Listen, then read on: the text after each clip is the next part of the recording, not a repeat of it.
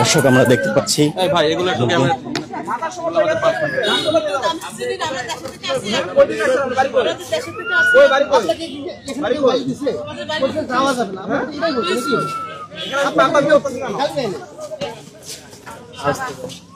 বঙ্গবন্ধু বাড়ি দেখতে আসছে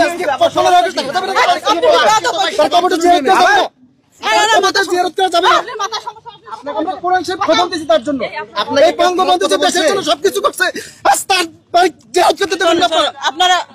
আপনারা তার বাড়ি জিয়ারত করতে দেবেন না? এই দেশের জন্য সবকিছু করলো, স্যারকে ফোন দেন একটা। এই দেশের জন্য যে সবকিছু করলো তার কবরটা জিয়ারত করা যাবে না আজকে।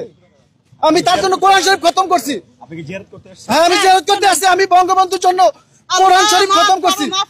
কথা বলুন না তুমি। আমি বঙ্গবন্ধুর কবরটা জিয়ারত করা যাবে না আজকে। যে দেশের জন্য সবকিছু করছে, এই দেশের জন্য জীবন দিয়েছে, তার কবরটা যদি জিয়ারত না করা যায় কে পারবে? এই 15 আগস্ট তার কবরটা জিয়ারত করা যাবে না। আল্লাহর কাছে বিচার দেব, আল্লাহর কাছে। আমার নাম মাওলানা ওলিউল্লাহ। আমি আসছি বরিশাল পিরোজপুর থেকে। আমি জিয়ারতের উদ্দেশ্যে আসছি।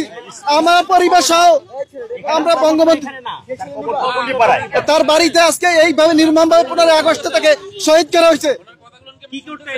আমি আসি তার জন্য কোরআন শরীফ খতম করছি। 2টা খতম দিছি। আমি 2টা খতম দিছি তার জন্য জিয়ারত করবো তার বাড়িতে। আমি তার নির্মম ভাবে যারা 15 আগস্ট তার সব পরিবারকে শহীদ করছে, এই দেশের জন্য ব্রিটিশরা তারা এই ব্রিটিশদের বিরুদ্ধে আন্দোলন করছে। এই ব্রিটিশরা আবার এই দেশটা দখল করছে। এই ব্রিটিশ বিনিয়োগ শক্তি না না আমি করি না।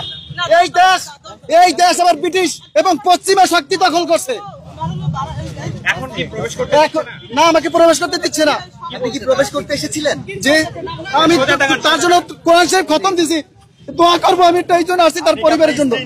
হ্যাঁ, আমি আর স্ত্রী আমার 3 সন্তান সহ আসছি। এখানে জানেন না এখানে বাধা আছে বা এখানে এলে সমস্যা কেন বাধা হবে এটা আমরা জানি নাকি? সারা বছর তো এখানে সব জায়গায় ঢুকে একজন মানুষ মারা গেছে, তার কবর জিয়ারত করলে এখন কি ক্ষতি হবে? তার পরিবারের সবাই তো এখানে নির্মমভাবে শহীদ হয়েছে এই 15 আগস্টে।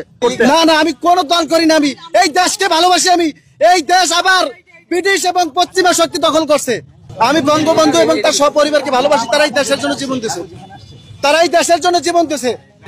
আমার ছোট ছোট আমরা পরিবার সাধারণ গরিব মানুষ থাকি আসছি। আপনার মাথায় সমস্যা আছে যে বলছে আপনার মাথায় সমস্যা আছে। যে আমি বঙ্গবন্ধুকে ভালোবাসি, বেশি অতিরিক্ত ভালোবাসি এবং সে দেশের জন্য আমি তার ওই জীবনে পড়েছি। পড়ার পরে আমি দেখছি সে দেশের জন্য এরকম করছে। আমি বলছি যাবো তার জন্য দোয়া করবো, তার বাড়িতে গিয়ে একটু দেখবো। আমি ঢাকায় একটু জুতার ব্যবসা করে মাদ্রাসায় পড়াই। এর আগে কি আসছিলেন এখানে? এর আগে না, এখানে আসিনি। আমি ঢাকায় আসছি, এই 1 মাস হয়েছে ঢাকায় আসছি। আপনি কি আওয়ামী লীগের কোনো না না, আমি কোনো কিছু আমি করি না। আমি বঙ্গবন্ধুকে এবং তার সপরিবারকে এই 5 আগস্টে যে তার নির্মমভাবে হত্যা করছে, এই দেশের জন্য যে সবকিছু দিল, আজকে তার কবরটা জিয়ারত করা কেন নিষেধ হবে?